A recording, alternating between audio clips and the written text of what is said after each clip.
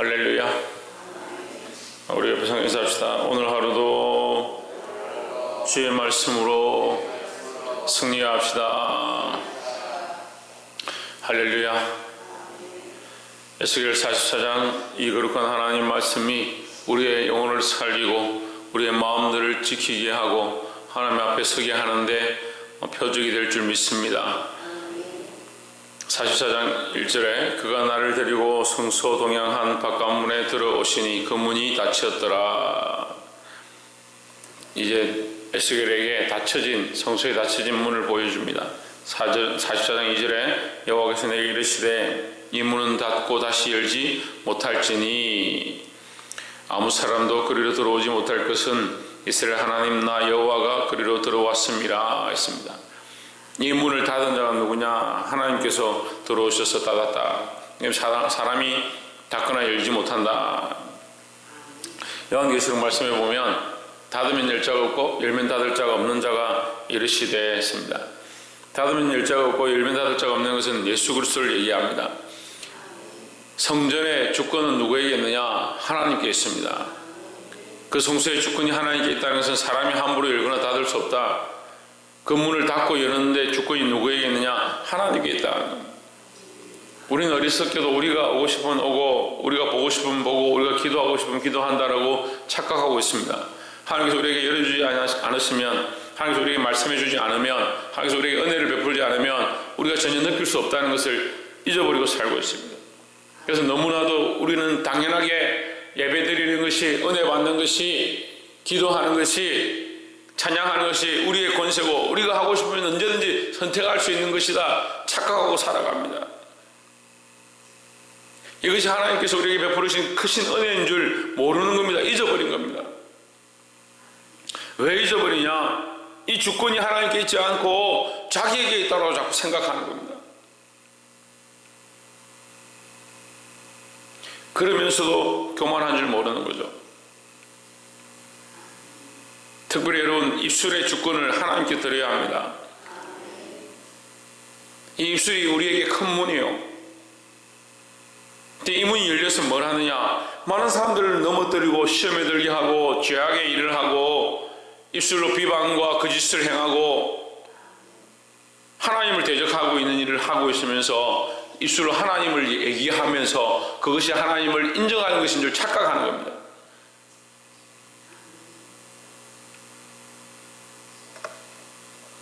내 속에 하나님을 두려워하는 마음이 없으면 내 입도 하나님을 두려워하는 척 말할 필요가 없는 거예요. 무슨 말이냐면 우리 속이 정결해서 하나님께 주권을 내어드리는, 하나님 주권과 권세를 얘기하는 겁니다. 사람이 다닐 수도 없고 사람이 열 수가 없다. 왜? 하나님이 이 문의 주인이고 이 성소의 주인이고 이 성전의 주인이시다라는 겁니다. 우리 삶의 주인이 누굽니까? 하나님입니다. 하나님. 그럼 우리 입술로 외치는 것도 우리 주인이 허락하는 것들이 말로 나와야 하고, 우리가 하나님 앞에 예배하고 기도하고 찬양하고 있는 것들이 하나님 은혜로 하고 있다는 것을 항상 잊어버리면 안 되는 겁니다.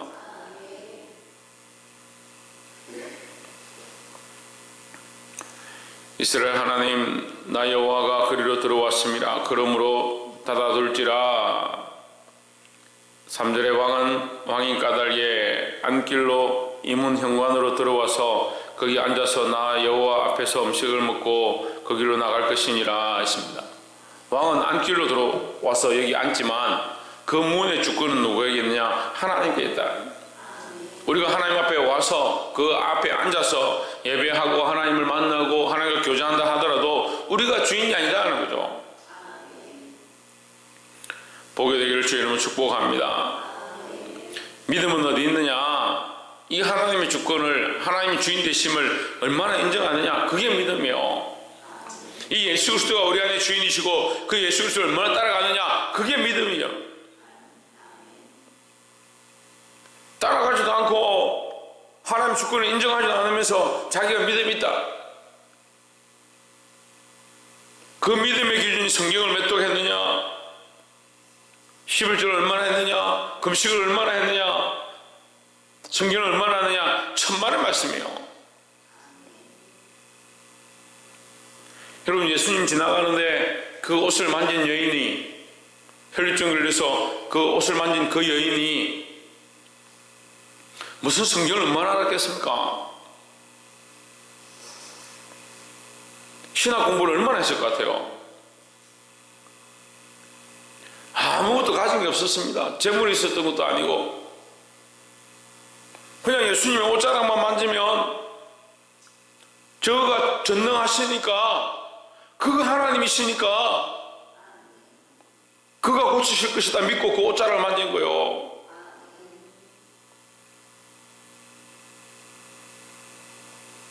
정말 믿음도 없으면서, 하나님을 그렇게 인정하지 않으면서 우리 다 뭘 원하냐? 기적이 일어나길 원하고, 병이 고치시길 원하고, 부자가 되길 원하고, 맛있는 걸 먹기 원하고. 그것이 얼마나 교만한 생각들이고 교만한 행위인지 모르는 겁니다. 그리고 아무리 교만하다 해도 교만한 줄 몰라요. 우리가 뭘 교만하냐고 자꾸 교만하다 하냐고. 하나님 모르니까 그렇죠. 하나님 모르니까. 이 하나님의 주권을 인정하고 그 앞에 겸손함으로 서기를 주의로 축복합니다. 두 번째로 6절에 너는 패역한 자 곧 이스라엘 족속이 이르기를 주 여호와의 말씀이 이스라엘 족속아 너희의 모든 가정한 일이 족하니라 했습니다. 6절에서 하나님께서 지금 성전을 새로 만들어 주시고 이스라엘 백성에게 나와서 예배할 수 있도록 그런 기회를 허락하셨습니다. 그러면 나의 사랑하는 자들아 나와서 예배해라 이렇게 말씀하셔야 되는데, 우리 생각에는 그렇죠. 우리 생각에는 나와서 그냥 예배해라 이게 좋게 말씀하시면 좋겠지만 뭐라고 하느냐? 이 패역한 족속들아. 그러니까요, 우리가 예배하러 하나님 앞에 나아가는 게요, 우리의 족함으로 가는 게 아니에요. 우리가 정결하고 깨끗하고 충분하고 우리가 믿음이 충만하니까 하나님 앞에 나온 게 아닙니다. 그 자꾸 자기가 잘했다 생각, 내가 나왔으니까, 내가 나름대로 했으니까. 근데 하나님 이스라엘 백성이 뭐라고 하냐? 이 패역한 자들아, 가능성이 없다는 거예요. 너희는 가능성이 없다. 그래서 내가 너에게 성소를 허락한다 이 말이에요. 우리가 성전에 나와 있다는 건 뭡니까? 성전에 나와 있다는 건 뭐예요? 가능성이 없어서 나온 거예요. 가능성이 없어서 가능성이 있으신 하나님 만나러 온 거잖아요. 근데 일말의 희망을 자꾸 자기에게 두는 거예요. 일말의 희망을. 그 얼마나 코미디 같아요. 웃어. 왜 자기에게 희망을 자꾸 둡니까?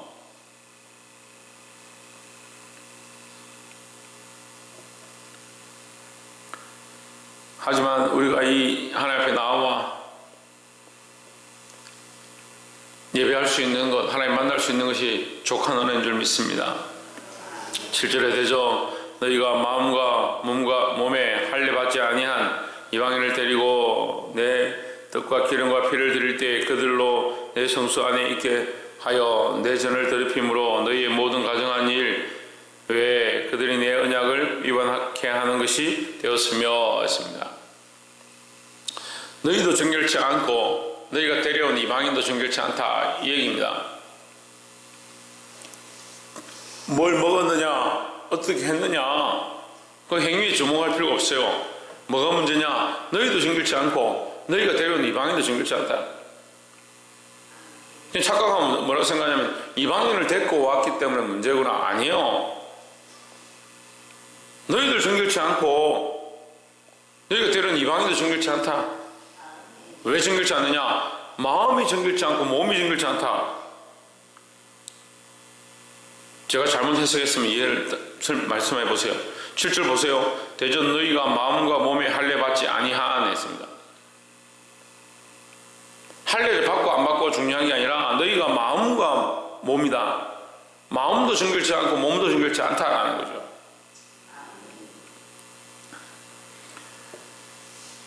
잘 알아듣지 못하니까 또 말씀하시는 거예요.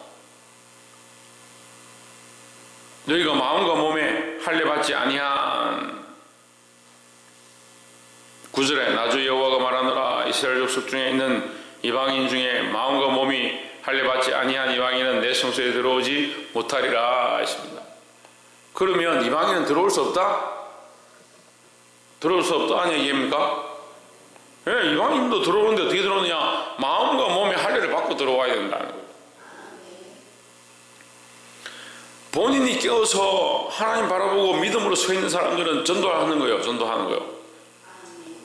그럼 내가 깨어 하나님이 나의 주인이심을 인정하고 예수 그리스도가 나의 주인임을 인정하면 전도할 수밖에 없어요. 그런데 내가 하나님을 인정하지 않고 예수 그리스도를 인정하지 않으면 뭘 전도하느냐? 악한 내 심사를 전도하는 거예요. 하나님 앞에 받은 은혜를 가지고 전하고 많은 사람들을 살리고 그들을 구원의 길로 이끌어서 그들도 정결케 하는 일을 해야 되는데 믿음이 없고 악한 것들을 하는 사람들은 하나님을 인정하지 않으니까 다른 사람들에게 악한 것을 전합니다. 교회 안에 있긴 있는데 악한 것을 전합니다. 그래서 그 사람들 어떻게 하냐? 그 사람들도 악하게 만들어버려요. 이런 일을 너무 많이 봤습니다.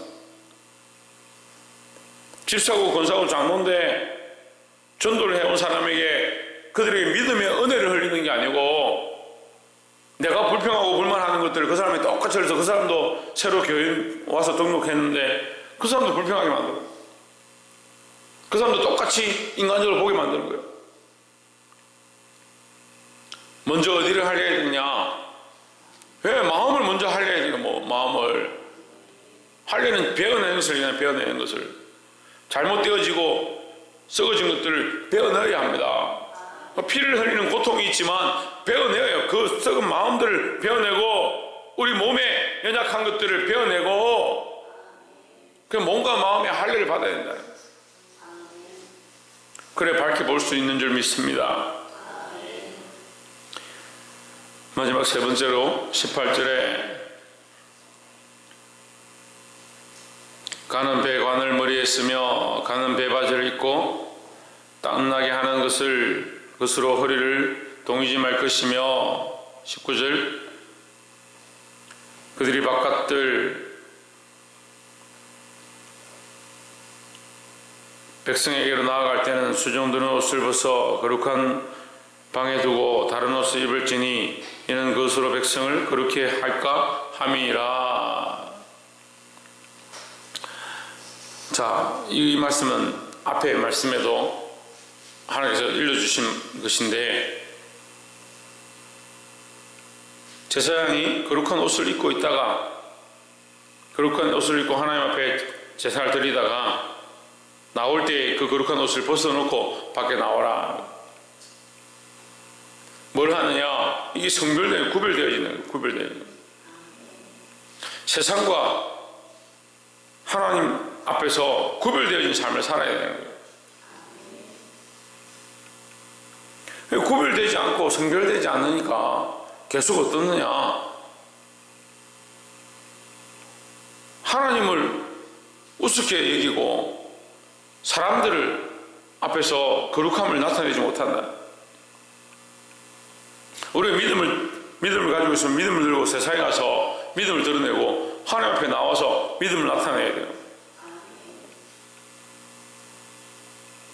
세상에 있지만 우리는 뭐냐? 하나님의 자녀들이고 이 사독의 자손들 다 배반하고 다 하나님 떠날 때 그들만 남아서 계속 하나님을 섬겼다. 그래서 그들에게 이 귀한 직분을 맡긴다고 말씀하시는 겁니다. 세상이 다 변하고요. 어제도 제가 지인을 만나서 같이 식사하면서 얘기를 했는데 코로나 이 사태로 말미암아 예배를 못 드리고 이런 상황인데 어떻게 하느냐 고민들을 했습니다. 그래서 제가 얘기했어요. 앞으로 더 심한 일이 오면 누가 믿음을 지키겠냐? 더 심한 일이 생겨서 교회를 폐쇄하게 만들고 아무도 오지 못하게 한다면 누가 예배를 드리겠냐? 하나님 앞에 나오는 것이 제도적으로 법적으로 막을 수 있느냐? 근데 제도와 법이 앞서지 않아도 우리 스스로가 이미 다 문을 닫고 예배할 수 없다, 나갈 수 없다 그렇게 하고 있는데 어떻게 하겠냐?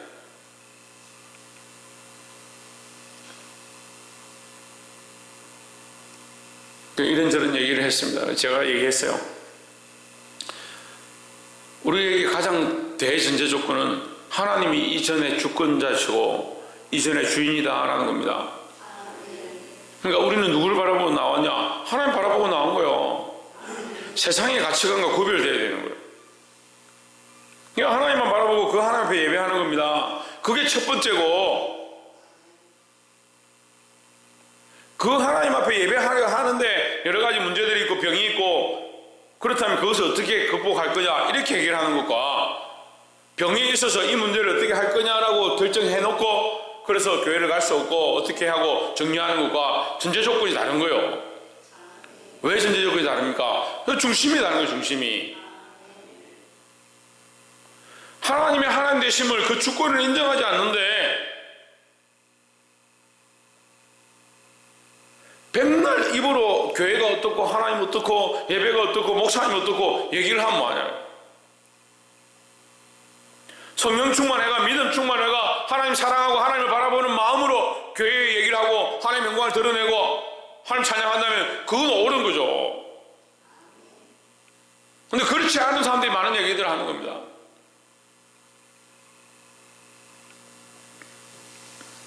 (23절에) 내 백성에게 거룩한 것과 속된 것의 구별을 가르치며 부정한 것과 정한 것을 분별하게 할 것이며 있습니다. 지금 이거 15절부터 이 마지막 절까지 결론이 여기 나와 있는 거예요. 결혼하는 것도, 머리를 깎는 것도, 옷을 입는 것도, 들어가고 나오는 것도 다 뭘 하기 위해서 가르치냐? 거룩한 것과 속된 것을 분별하고 구별해라는 거예요. 부정한 것과 정한 것을 분별하라는 거죠. 뭐가 우선이고 무엇을 고쳐야 하고 무엇을 쪼개야 하는지, 어느 것이 옳고 어느 것이 옳지 않은지,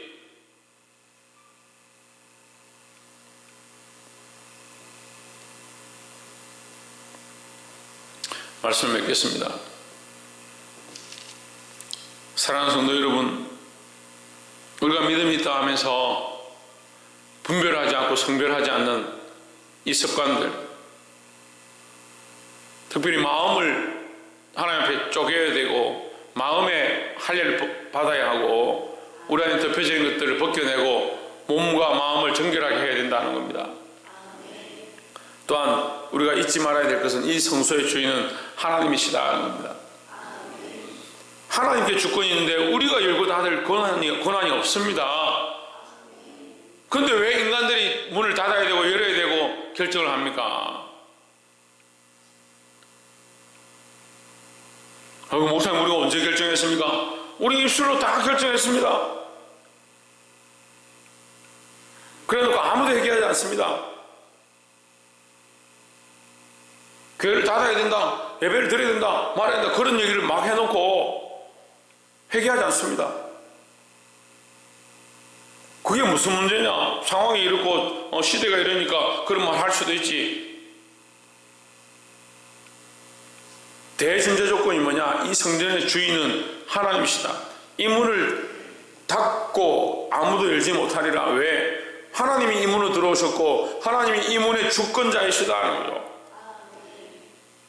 그런데 왜 우리가 하나님 앞에 서 있냐고요? 하나님보다 앞서가냐고요?